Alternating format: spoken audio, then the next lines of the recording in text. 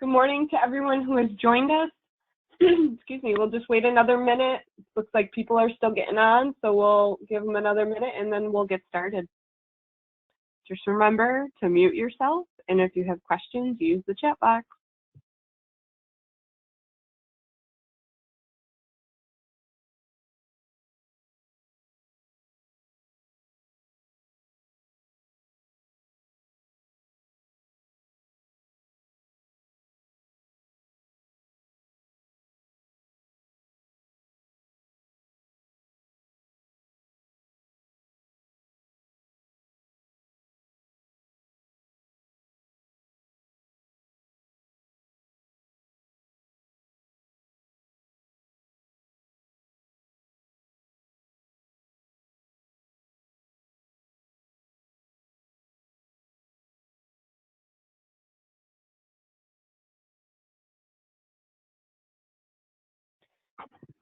Okay, if Lamonte, are you ready? You want to get started? I'll introduce you and go from there. Yep, I'm all set. Thanks, Lydia. Okay, so hello everybody. Thank you for joining us again for our Stroud buffer training. Today our topic here in the morning is Stewardship Insights with Lamonte Garber. I'd like to introduce Lamonte again, but also take a moment to just introduce the rest of the Stroud crew that's been helping. We've had Matt Earhart, who has presented yesterday. He will present later on today. He's the Director of Watershed Restoration at Stroud Water Research Center and brings with him, well over 20 years of experience working in watershed restoration. David Wise presented yesterday a couple times as well, the Watershed Restoration Manager. He's on today. So as you ask questions, we have a lot of experience here to be able to field those questions. David also brings well over 20 years of watershed restoration experience with him as well. And Lamonte, who is up today for our stewardship section, is the Watershed Restoration Coordinator for Stroud Water Research Center. He works with various, people, landowners, producers, conservation organizations to advance essentially just whole watershed health. He brings over 30 years of experience in agriculture and natural habitat restoration to projects in Chesapeake, Delaware, and Ohio rivers. So without further ado, Lamonte Garber, please take it away. Oh, wait, one more thing I forgot. Colleen DeLong is also on the call today. She is the Habitat Stewardship Biologist for Clearwater Conservancy, one of the kind of projects that Lamonte is going to talk about today. So she's on the call to explain further her stewardship program and field questions. One last reminder, please mute yourself, and if you have questions, please use the chat box. All right, take it away, Lamonte. Okay, thanks, Lydia, and good morning, everyone. First off, Lydia, hopefully the audio sounds okay with no echo. Is that right?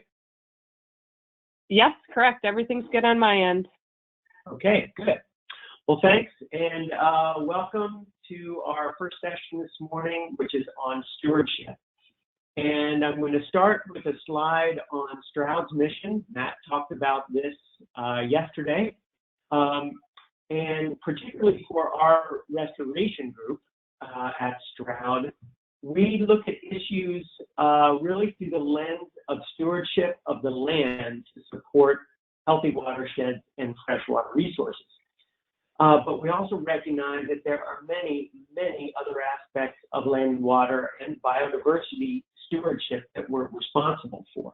So it's a very big topic.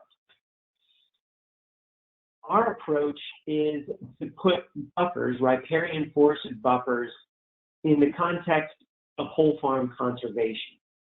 Basically, these buffers do their best work when they're accompanied by a whole suite of agricultural best management practices, whole farm planning, forested buffers, and soil health practices. Buffers are not a silver bullet, but they are a necessary component to whole farm conservation. We're going to address stream health along with other priorities. But for the purposes of this session, we'll be focused on the rather narrow topic of stewardship, and I want to acknowledge these colleagues here who have helped not only with our overall effort on stewardship of buffers, but also with this particular PowerPoint. And what I've got my session on time. I'm just going to get rid of these times just a second. Okay. And to begin with, I want to start with a picture of a site that is obviously prime for reforestation, even though it's got what a lot of producers would look at as a great grass buffer. We know that this stream needs trees. And what I like to tell producers who look at a very small stream like this and think, well, this isn't really appropriate for a lot of work on a forested buffer, we tell them, no, the smaller the stream, the better. The farther up in the watershed we're working, the better. And on sites like this, where we don't have any infrastructure like crossings or fencing to worry about for livestock, getting the trees planted is surprisingly cheap and easy compared to other agricultural best management practices. However, we know, and now in no uncertain terms, that without proper establishment techniques, and you'll hear me use the term establishment, I'll say stewardship, I'll use maintenance. And all three of those things sort of mean the same thing for the context of this presentation. We're talking about good tree care in the early years. But we know that without proper establishment techniques, this very promising picture can turn into something very different and even rather ugly to the eye of a lot of folks. So the topic for this session is about stewardship of sites like this after the trees get planted and until it's an established buffer. And we know the basic techniques of getting successful survival and growth, but how do we ensure that those practices are actually followed? Who's accountable for new sites like this? So we know what works. Dave went over a lot of the techniques we're using and doing more research on at Stroud, but we know that a combination of the basics really does work. We know that with proper mowing on most sites, with proper vegetation control around each shelter, as well as for invasives throughout the buffer, and with good shelter and safe maintenance, we generally get excellent results. And I just want to give you one of many before and after examples of one site we've worked on. At the Stroud Center, we're working with landowners that are surrounding the stream that we study very intensively at Stroud, the White Clay Creek. And we're working with landowners around us who are on the tributaries of White Clay and on the main stem to get as wide forested buffers as we can planted on every single tributary. And here's one that we planted in 2017. This is not CREP. This was working directly with the landowner with non-CREP funds. Here's what this site looks like as of last week, and this is 4 years later. The landowner is now able to back off from the regular mowing and other maintenance they've been doing on this site and begin other kinds of maintenance, like watching for trees that now really do need to have that shelter removed. But I'd like to point out that this kind of represents good establishment and good stewardship for sort of a first level of stewardship, and that is simply getting a high survival rate and a high robust growth rate on the trees that we plant. There were in fact no shrubs planted on this particular site, so we haven't even. Hey, Andy. Yeah. Hello. I think someone might need to mute themselves there.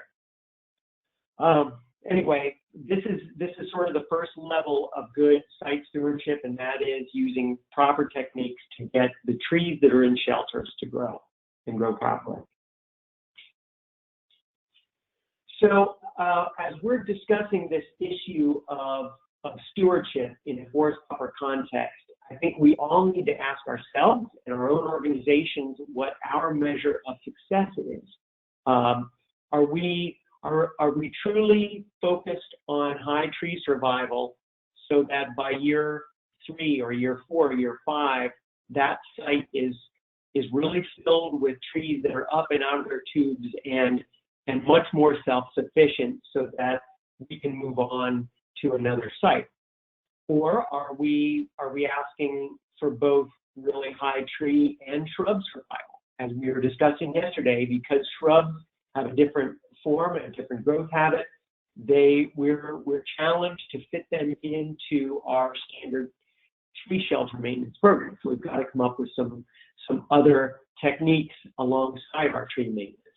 But that's perhaps a second level of stewardship, a second level of stewardship success. Are our shrubs also doing really well? And then finally, perhaps an even higher level, a more complicated level of stewardship success is not only are our trees and shrubs doing well, but have we actually established a very healthy plant community from the understory all through to the canopy throughout the buffer? Not just low invasive, but also a high level of diversity of not just woodies, but also forests and grasses.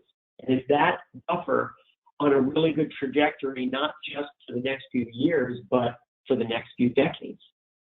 This is asking a lot more of our buffers and of our own stewardship programs if we truly take this more expansive view of stewardship. That raises another question. How do we balance this question of good stewardship of our buffers against freeing up our time as staff people or perhaps as volunteers to actually take on more projects?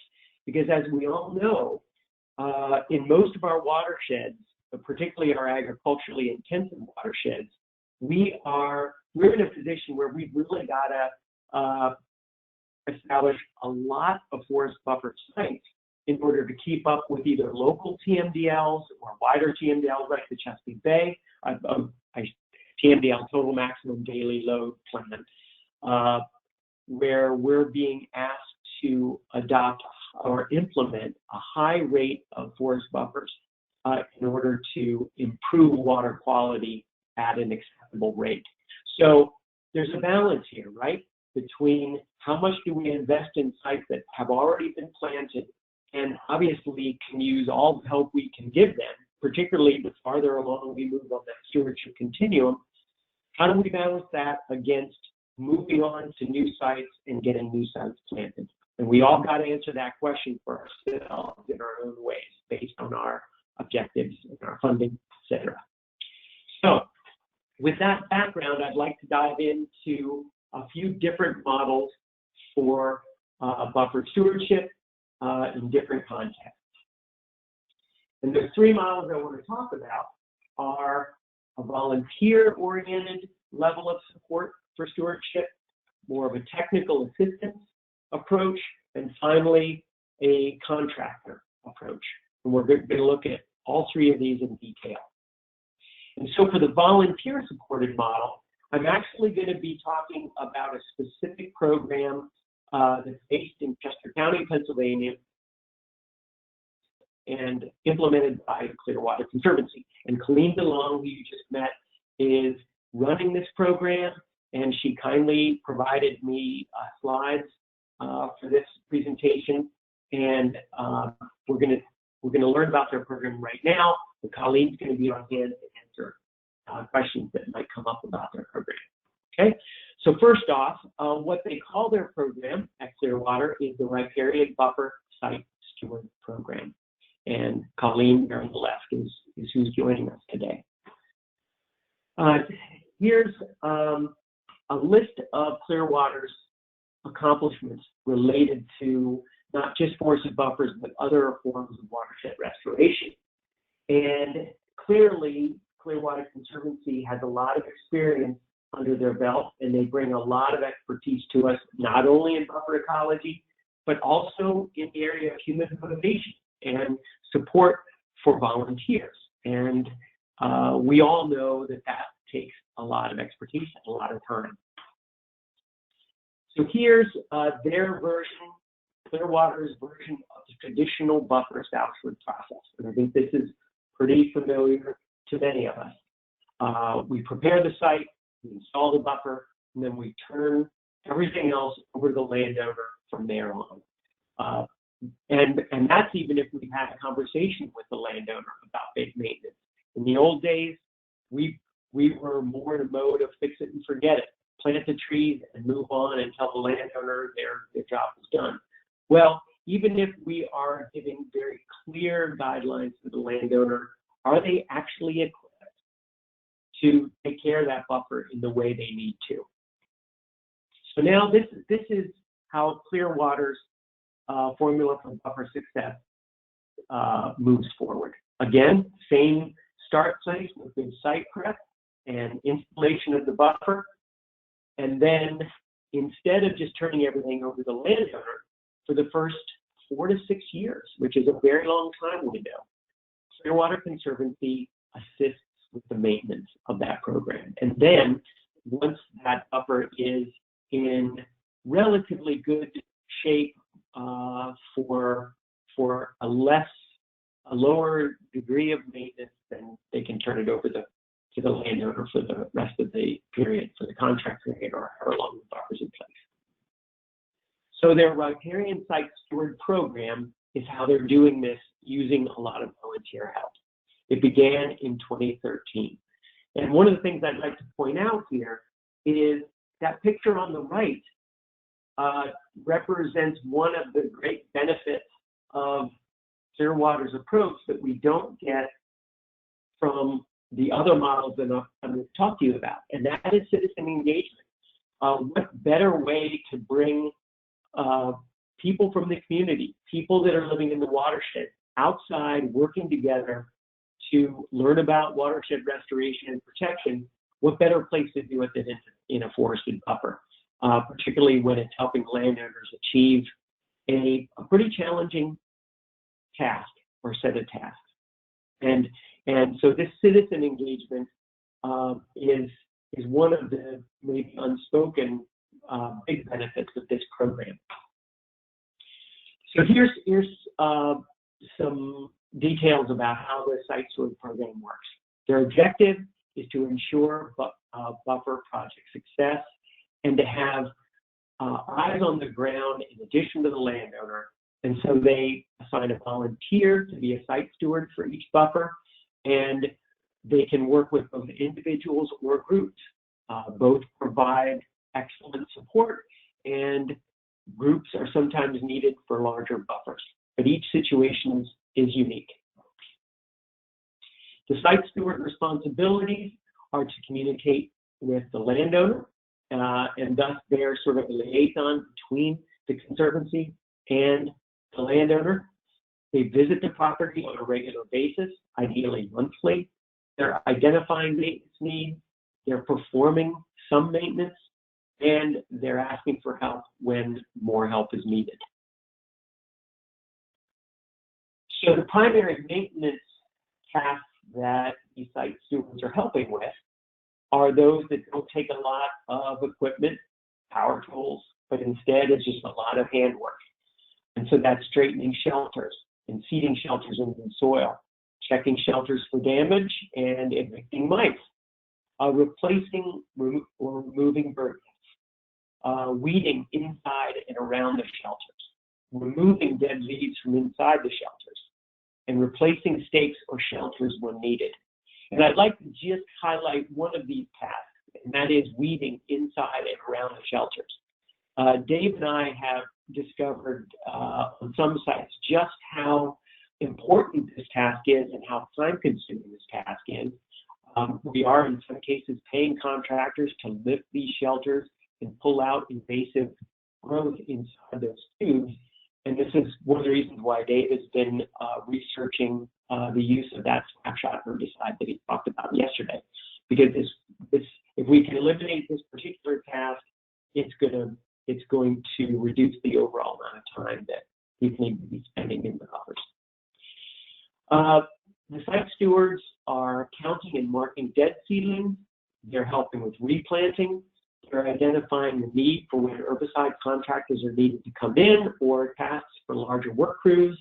And they're communicating additional project needs to staff, such as tree bank erosion, damage to fences, other issues that may not be directly related to the tree growth and shrub growth itself. So that in a nutshell is Clearwater's model. Colleen, we're going to pull you in when we get into the Q&A session, but is there anything more you'd like to just mention about your program before we move on? No, thanks, Lamont. You nailed it. Okay. All right. Thanks. Well, you gave me a lot to work with. Thank you. Okay, so we're next going to look at a different model, although it's got similar elements to it. And I'm calling this a technical support model for stewardship.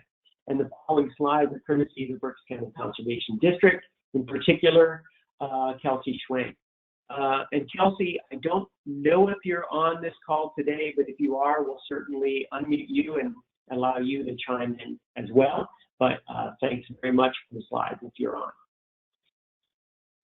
So this is a program in Berks County, Pennsylvania, which is just to the northwest of Philadelphia, but it's still a very heavily farmed area and a very important part of the Delaware River watershed.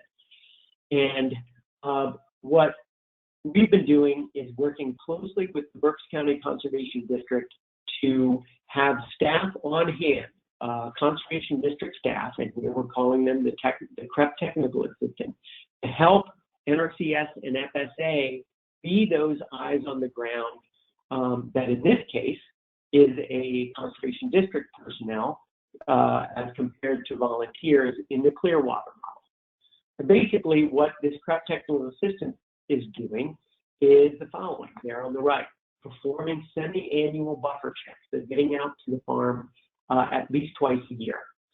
Thorough documentation of the buffer condition, clear communication with the buffer and the buffer owner or operator. And also we work hard at keeping good communication going among the partner agencies. So the district, Stroud, NRCS, and FSA get together regularly, at least once every couple of months, to compare notes, identify landowners who need additional work or additional attention and support, and really try to make the program work well for everybody.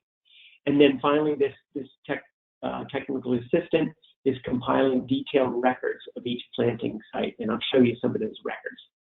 So basically, the main goal of this program is to facilitate the successful establishment of forested stream buffers in Berks County as part of Stroud and the district's farm stewardship program. So the assistant uses semi-annual buffer checks to do the following. They're collecting data on tree and shrub survival in the presence of invasive species. And let me back up a second. There's just one prep technical assistant we're talking about. So one person is doing the task I'm about to describe to you. And they're doing it on close to 20 buffers in the county. So they're collecting data on tree and shrub survival in the presence of invasive species. They're documenting the condition of the buffer. They're flagging the trees for replacement. They're replacing tubes, stakes, and zip ties and nets, removing invasives from the tubes, determining replant needs, and in general, identifying issues affecting establishment. I will say that some of these tasks that Kelsey is doing when she goes out to the farm is really just during her buffer checks. She's not going out on a routine basis to do these tasks, which is why we're really relying on the landowner to do a lot of these tasks when the CREP person, the CREP assistant, is not out there doing them herself.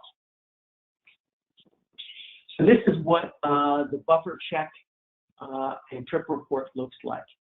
I know that writing is very small on the left, but it gives you a sense of the one page of information that Kelsey is collecting when she goes out to that farm.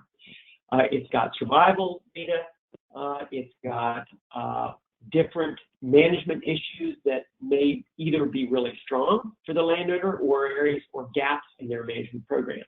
And then she's taking pictures each time that are illustrating specific issues that are either successes for that landowner or areas that the landowner really needs to pay more attention to. And then she sends this report out to that landowner so that they're getting at least semi-annual feedback on how they're doing. And she's always available by phone call and by email if the landowner has more questions.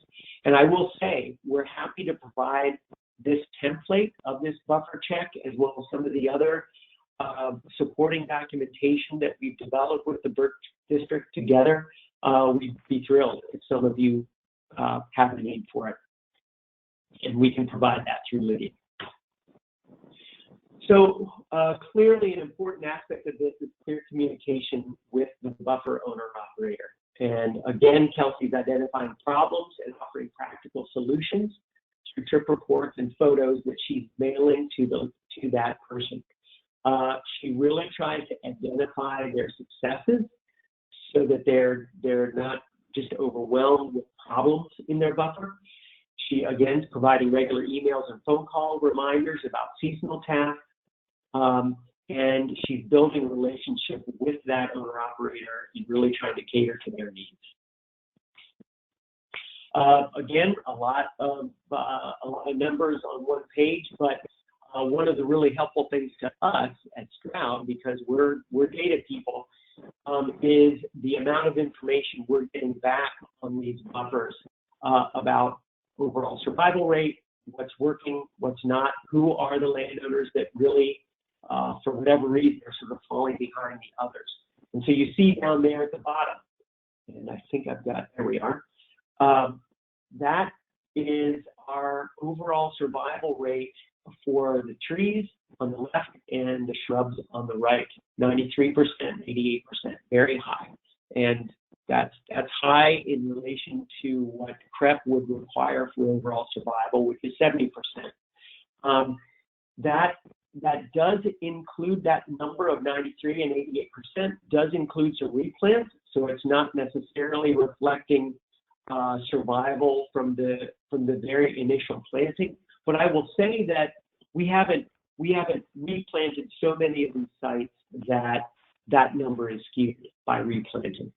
One other thing I want to point out here, and up here you'll see I've circled a couple of other items. That is one thing that Kelsey has started tracking is tree shelters that have Oriental bittersweet in them and multiflora rose in them.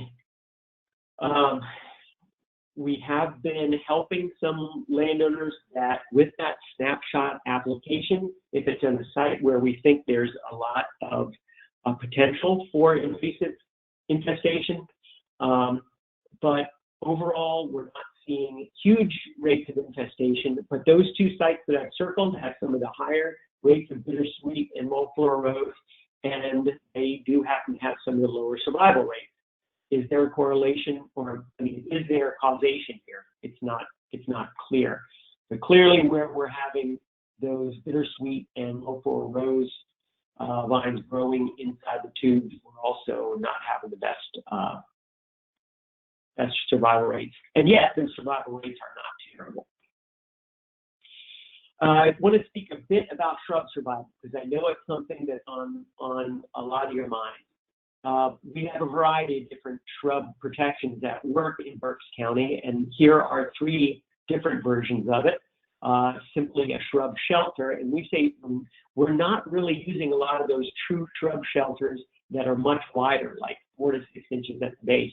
We're talking about recycled tree shelters that are cut in half, and we're reusing those. So we have those that are just on their own like that and prone to deer browse. We have then shrubs protected wire cage, but no shelter in the middle, and we have cages and shelters combined. Obviously, very robust protection for that shrub, but a lot of cost both at install and also at removal time. And then I showed you this photo yesterday of yet another option for shrub protection with obvious pros and cons. So finally, this is a summary of the program from 2016 to 2020. We've got 17 participating landowners representing this data, close to 9,000 trees and shrubs planted, close to 80 acres of buffer, a lot of stream bank protections, and the records show changes in the site conditions and survival. So finally, I'm going to talk about the contractor-based model, and this is something that we're using on some of our sites as well. That is where we have funding to pay for contractors to do this work. And as Dave mentioned yesterday, each of the buffers that we're doing on private land is backed up by a landowner agreement, where we're making very clear, we're discussing with the landowner what the maintenance needs and expectations are for the buffers.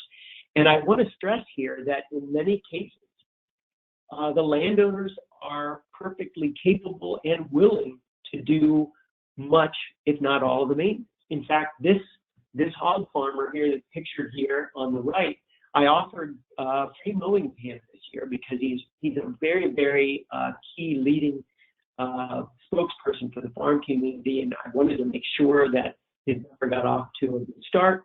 He said, no, they love to mow, they'll take care of it. So as we're looking at ways to bring more help out to these buffers, let's not forget that we need to do as much as we can to involve the landowner to help with these tasks as much as possible. So with contractors, we hire them primarily for the spraying and shelter maintenance, and in some cases for mowing, although that is an expensive option. They can actually do all of these different tasks in the buffer, but with each task that gets added to the list, the cost keeps climbing. And there at the bottom, I've noted that rates that they give us are typically a cost per acre for each of these tasks. There's plenty of advantages for working with contractors. Obviously, they've got a lot of expertise. They've got great equipment from large to small to work in. That farmer there on the left with that four-wheel drive Steiner, he's actually a farmer who has his own buffer. He loves the work so much that he called me up and said, hey, I want to help other farmers with mowing in their buffers. So, and he now has great experience and equipment to bring. But there's no public engagement or very little public engagement with this option. And then there's the question about how do we cover these costs? So fortunately, some funders are finally beginning to understand the need for good stewardship, good maintenance, and some are beginning to respond to the need. In Pennsylvania, our Department of Conservation and Natural Resources is now including maintenance in their forest buffer grants that they're providing to groups like Stroud.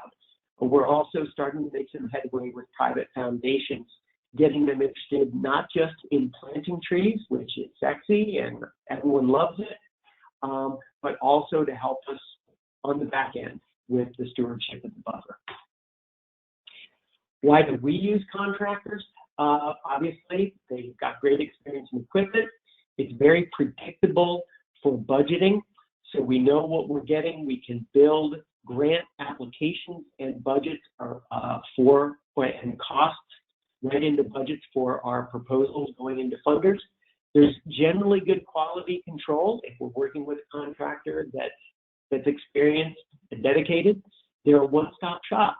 So when we've got to call in the cavalry to get a lot done in a buffer quickly, quite often these contractors can do everything. And then it's scalable.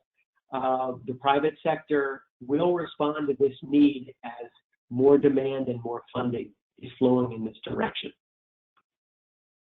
Disadvantages beyond the cost is that are we discouraging landowner investment if they're seeing someone else come out and contract and do this work?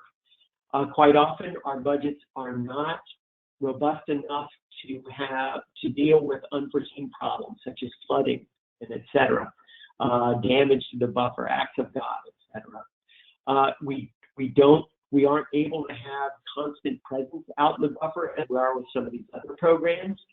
And then what happens after year 3, or if we're lucky, year 4, when we are no longer sending that contractor out there? How are we moving from a situation where someone else has been taking care of the buffer, and now we're going to be relying on the landowner? So those are some questions related to contractors. A bare bones budget for working with contractors. Here's what 3 years of maintenance might look like. As Dave mentioned yesterday, here are the numbers we're working with simply for spraying, shelter maintenance, and perhaps mowing. So for 3 years, we're looking at, if mowing is included, a minimum of $2,250. And again, this does not cover those additional services like weeding the shelters if that's needed, and many other tasks. So some conclusions here. There's a lot of different legitimate strategies for good buffer stewardship. They all have common goals. They have different pros and cons. And again, in each one of these models, we cannot set up so many supports that we forget that we've got to have the landowner walking with us in lockstep so that they're ready to do their part, they're invested, they have ownership with this buffer. There are some cases where we truly have a landowner that is happy to have the buffer get planted on the ground, but he wants absolutely nothing to do with it. There are those circumstances. But in most cases, our landowners or our owner-operators, they like the buffer, they want to help do their part, and let's make sure we're involving them. Final note, I broke down these 3 examples as fairly 3 distinct models, but in fact, many of us are working with some version of a hybrid of those. And these, I'm not going to go into details here. I may be just pulling out one thing here, that mower in the very top. That is a mower that, with funding we have, we purchased and are leasing to an Amish farmer so that he's got the right kind of mowing equipment to work with a horse, in a single horse in his buffer. Beside that is a truck filled with materials. Simply getting replacement stakes and shelters out to farmers when they need them actually is an excellent way to support good stewardship. And there's many other options there too.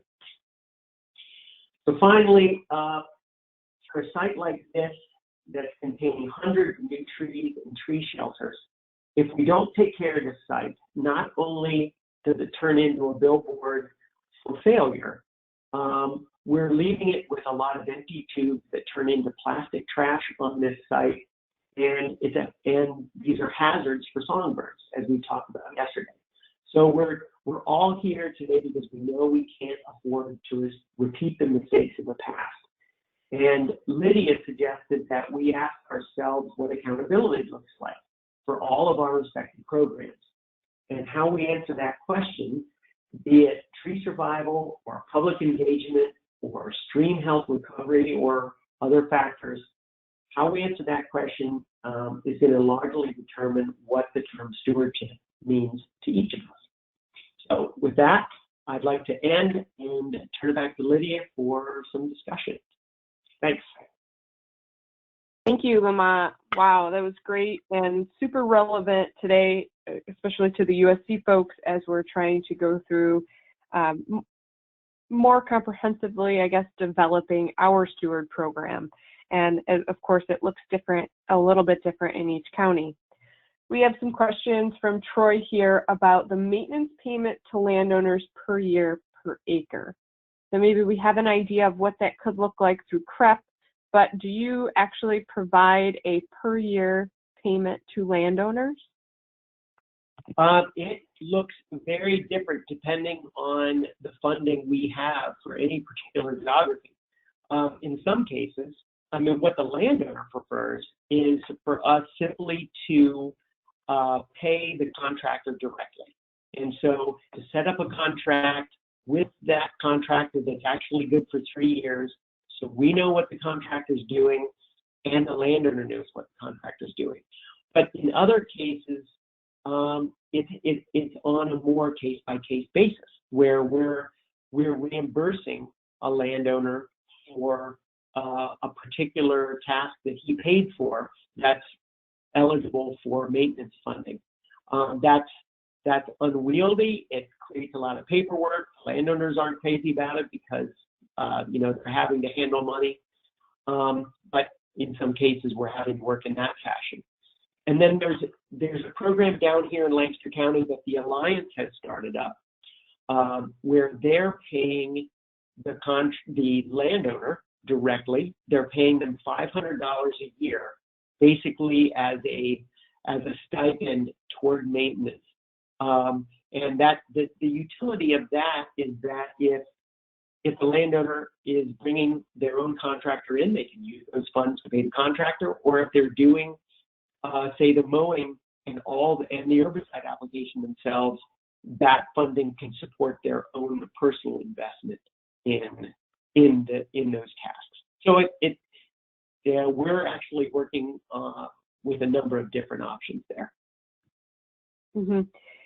For your contractor-based model, are these contractors local folks that you get, or are they, much like our tree planting contractors that come up from Pennsylvania and Virginia? No, they're local because quite often they're bringing equipment onto site. The more local we can get, the lower that mobilization fee is. And so the contractors that Dave uses over in Chester County, we're not hiring them to work over in Lancaster County, even though it's just 20 miles away. We're really working with local Lancaster County contractors for Lancaster projects. Mm-hmm. Okay, I have a few more questions, and everybody who's on the call, please feel free to put your questions in the chat box, and we'll get them to Lamont. But when you have this situation where you're relying on the contractor, I guess, is it fair to assume that somebody's out there doing the monitoring work beforehand to actually determine what the contractor needs to be doing? Well, on the front end, we are assuming that herbicide application and mowing of some kind and shelter maintenance are going to happen. Now, as you saw yesterday, we've been doing work on stone mulch, and so in that case, if stone mulch gets applied at the beginning of the project, that's one operation, the herbicide, that actually we can take off the table, so we don't have to worry about that. But there's other tasks that we know are going to be needed in there, and we're going to set up a contract ahead of time where we know what and when is going to happen for 3 years running, and we'll have to, there may be a variety of ways we verify how that work gets done, whether we ask the contractor to send us pictures, or we ask the landowner to call us and report back, or we actually send one of our own staff out, like Kaylin, to check on the site conditions. And Dave, feel free to jump in if you've got any other insights.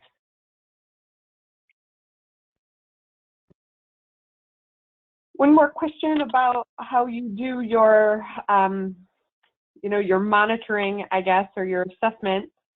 You had really great data there. And for all of your sites, do you do a census of all the plant survival, or do you, what we do up here is, we just take a percentage of plants planted for our survival statistics.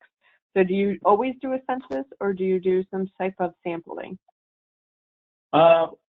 When it's Stroud doing it and our staff, we're doing more of a average survival, an assessment based on not a single shelter count.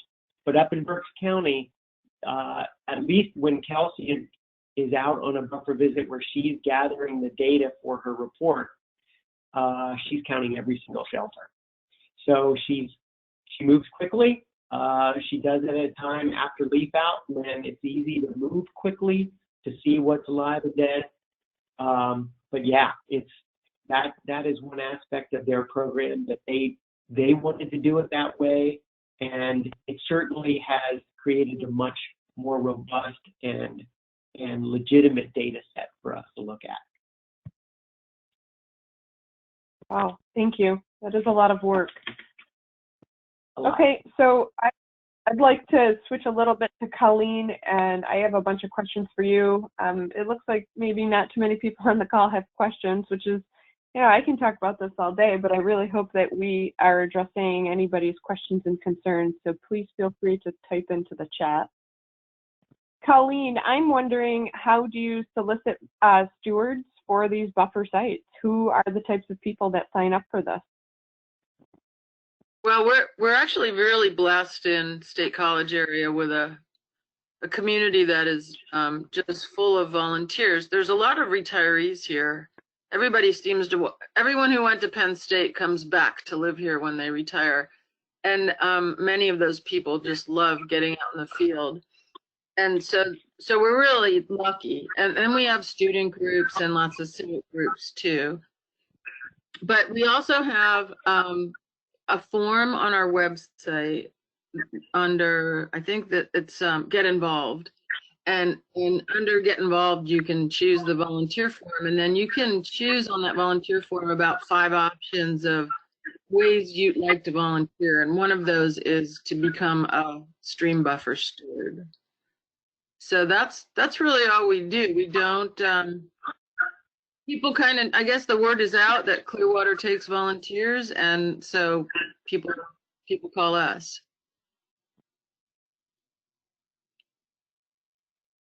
Wow. Okay. So on larger, like, what is your largest site that you have volunteer steward? Well, our largest sites are, 20 acres, but we don't ask one steward to cover that whole site. So we break it up. It's very customized by the person. Some people want a very tiny little buffer to work on, or just a section of a buffer, and other people might want a larger buffer. So it's very customized, which is a lot of work. It's labor intensive to do that. But I would say, I mean, there's people who have taken on 5-acre sites by themselves. I try to give people smaller sites rather than larger to start, and then if they want more, they can have more. But if you give them too much to start, then they might just feel so overwhelmed that they burn out, and I try not to burn out the volunteers. Sure. And so when you start out with these stewards, do you kind of facilitate that relationship between the landowner and the steward, and kind of, introduce them right off the bat and describe to both of them while they're both present each one's responsibilities and how often they'll be there and stuff like that? Yeah. Yes. And we're very I'm very respectful of whatever system the landowner wants for being contacted when someone is coming out to work on their land.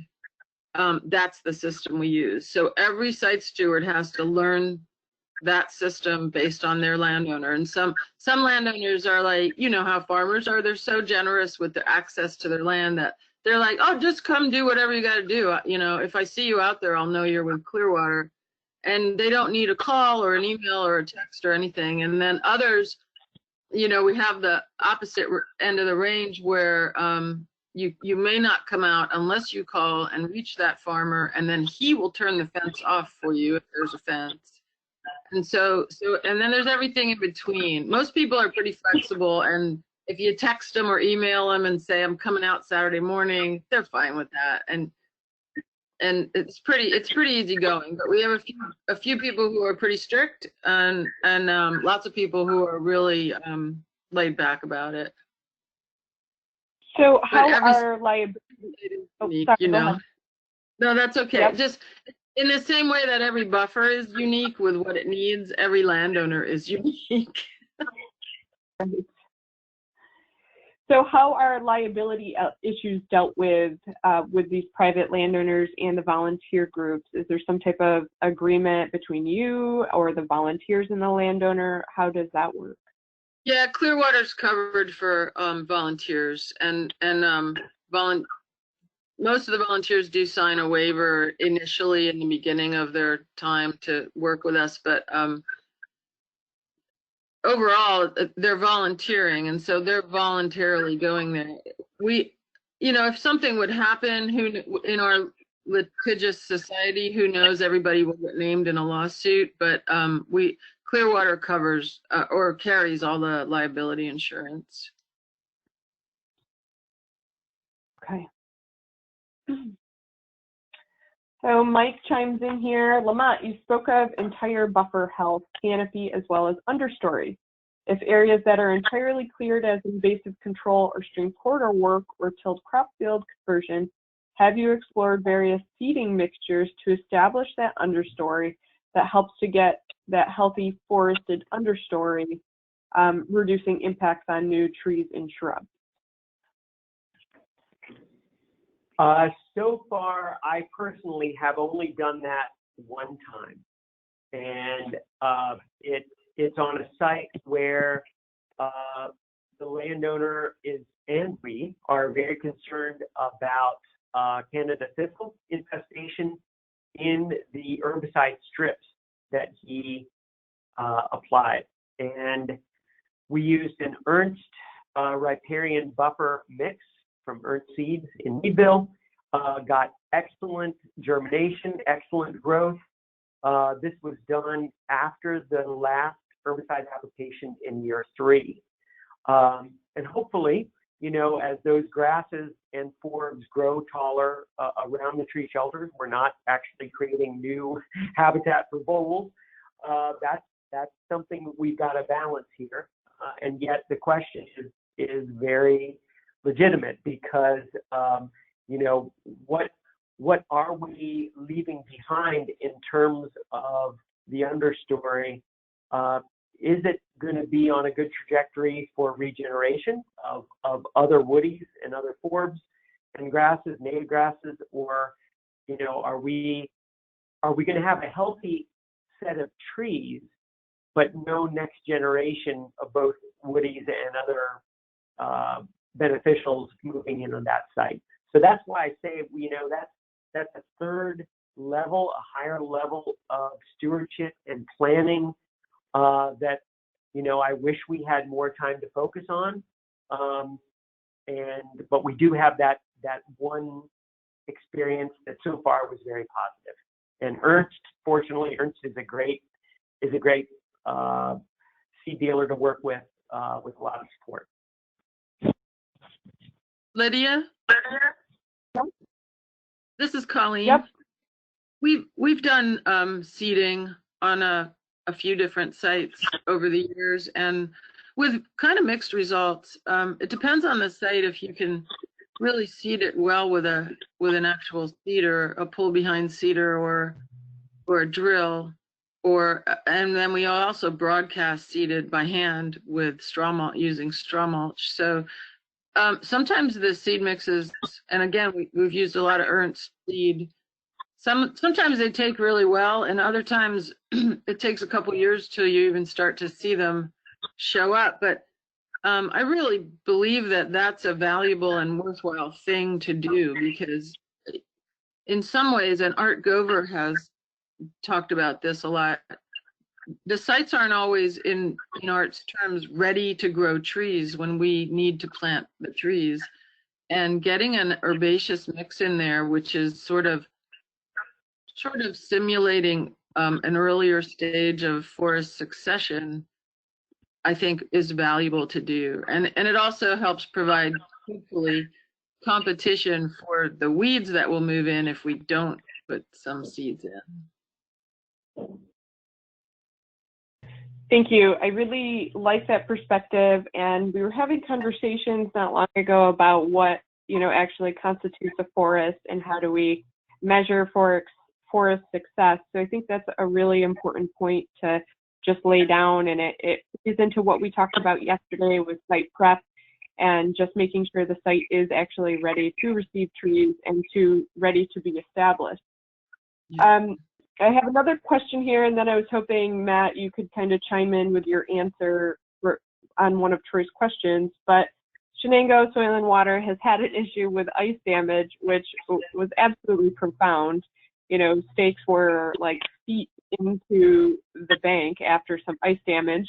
I was wondering if you have ever seen that type of issue in larger river systems, and if you've had any sort of response to ice damage issues. That's a great question. We just typically, so much of our work is on both smaller systems and frankly far enough south that we don't see the kind of ice accumulations that can, that then come over bank and flood. That I'm not sure we have a lot of insight there. I mean, I've certainly asked Dave and Lamonte to weigh in too. I know some of the folks we work in New Jersey who are using the flexible stakes and sort of scalping and starting with bigger stock on those larger waters. It's a bit atypical for them to have ice, but a few winters back, they had prolonged cold and then flooding, and they did have ice, and they felt like the PVC stakes and the ability for the trees and the whole system to sort of bend and flex with the ice flows mitigated their damage. It didn't avoid it, but I mean, we see frost heaving and that sort of problems pretty typically, but not, when you get big flows of ice, it's a little tough to to go with zero damage for sure. Absolutely. So, Lamonte or Dave, do you have anything to chime in? This is Dave. No, I have not run into that, thank God, and I don't envy anybody who is in that situation, because that's pretty serious stuff.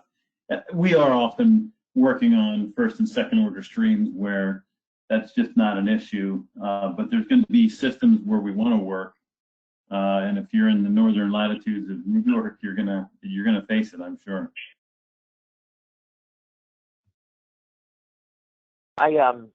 I guess I would add that it's not ice damage, but it's I mean, a bit similar is debris damage. And when you're on systems that are moving, that are big enough to move large wood, but don't have enough size in the buffer area of trees to sort of snag that wood and to keep large logs from wiping out plantings. There's been some work over in Europe where they're actually, they're sort of creating debris racks by pounding fence posts laterally out across the floodplain. And I forget what the guidance for spacing them was, but they, so that they would capture large material. And I don't know if that would have the opportunity to, doing that and catching some debris might also help mitigate some ice damage too. That's complete speculation. That's not what the technique was designed for. Thank you. So Matt, could you just follow up a little bit on your response to Troy's question about, working in these smaller watershed areas and aggregating these farms, and then, maybe you pool your resources to just these small areas? Yeah. So as Lamonte was talking about those questions, I was just sort of recognizing that, 10 years ago, we were in a position of working with farmers who stepped forward across a broad landscape, sort of taking the low-hanging fruit, and we, I won't say things went perfectly smoothly there either, but you were working with people who were sort of voluntarily opting in as opposed to being recruited.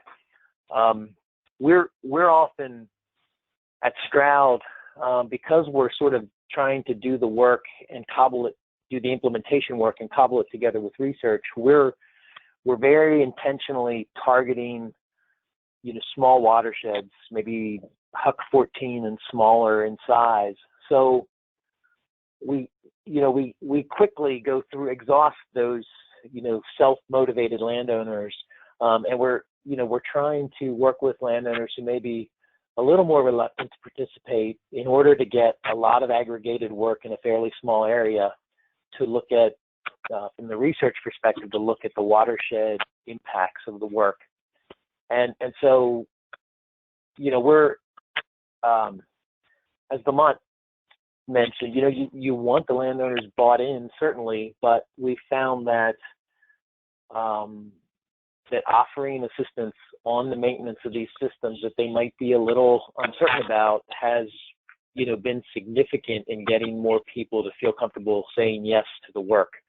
So, it gets back to, we talked yesterday about, what's your situation, what's your context, because we're trying to really aggregate farms in proximity and along one watershed. We've tried to sweeten the pot a bit for guys so that we could aggregate that work more effectively. And I think to some extent it's been successful. It's certainly, we've not gone as far as it would take to get some guys to yes, and I don't know if some guys will get to yes, but that's affected how we've approached it. Just thought it was worth noting. Thank you. And I think the answer to that question brings us, nicely into our afternoon session on watershed resource science, your strategic approaches that you, Matt, will be hosting. So we're at 11 o'clock, perfect timing. Thank you, everybody, for chiming in, and I hope everyone attends the afternoon session. I'm going to be sending out a evaluation form to everybody. I hope that you can fill it out. It's very short. It just helps with our grant deliverables.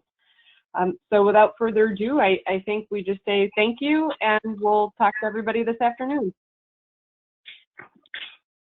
Thanks, Lydia. Take care. Okay. Bye, everyone.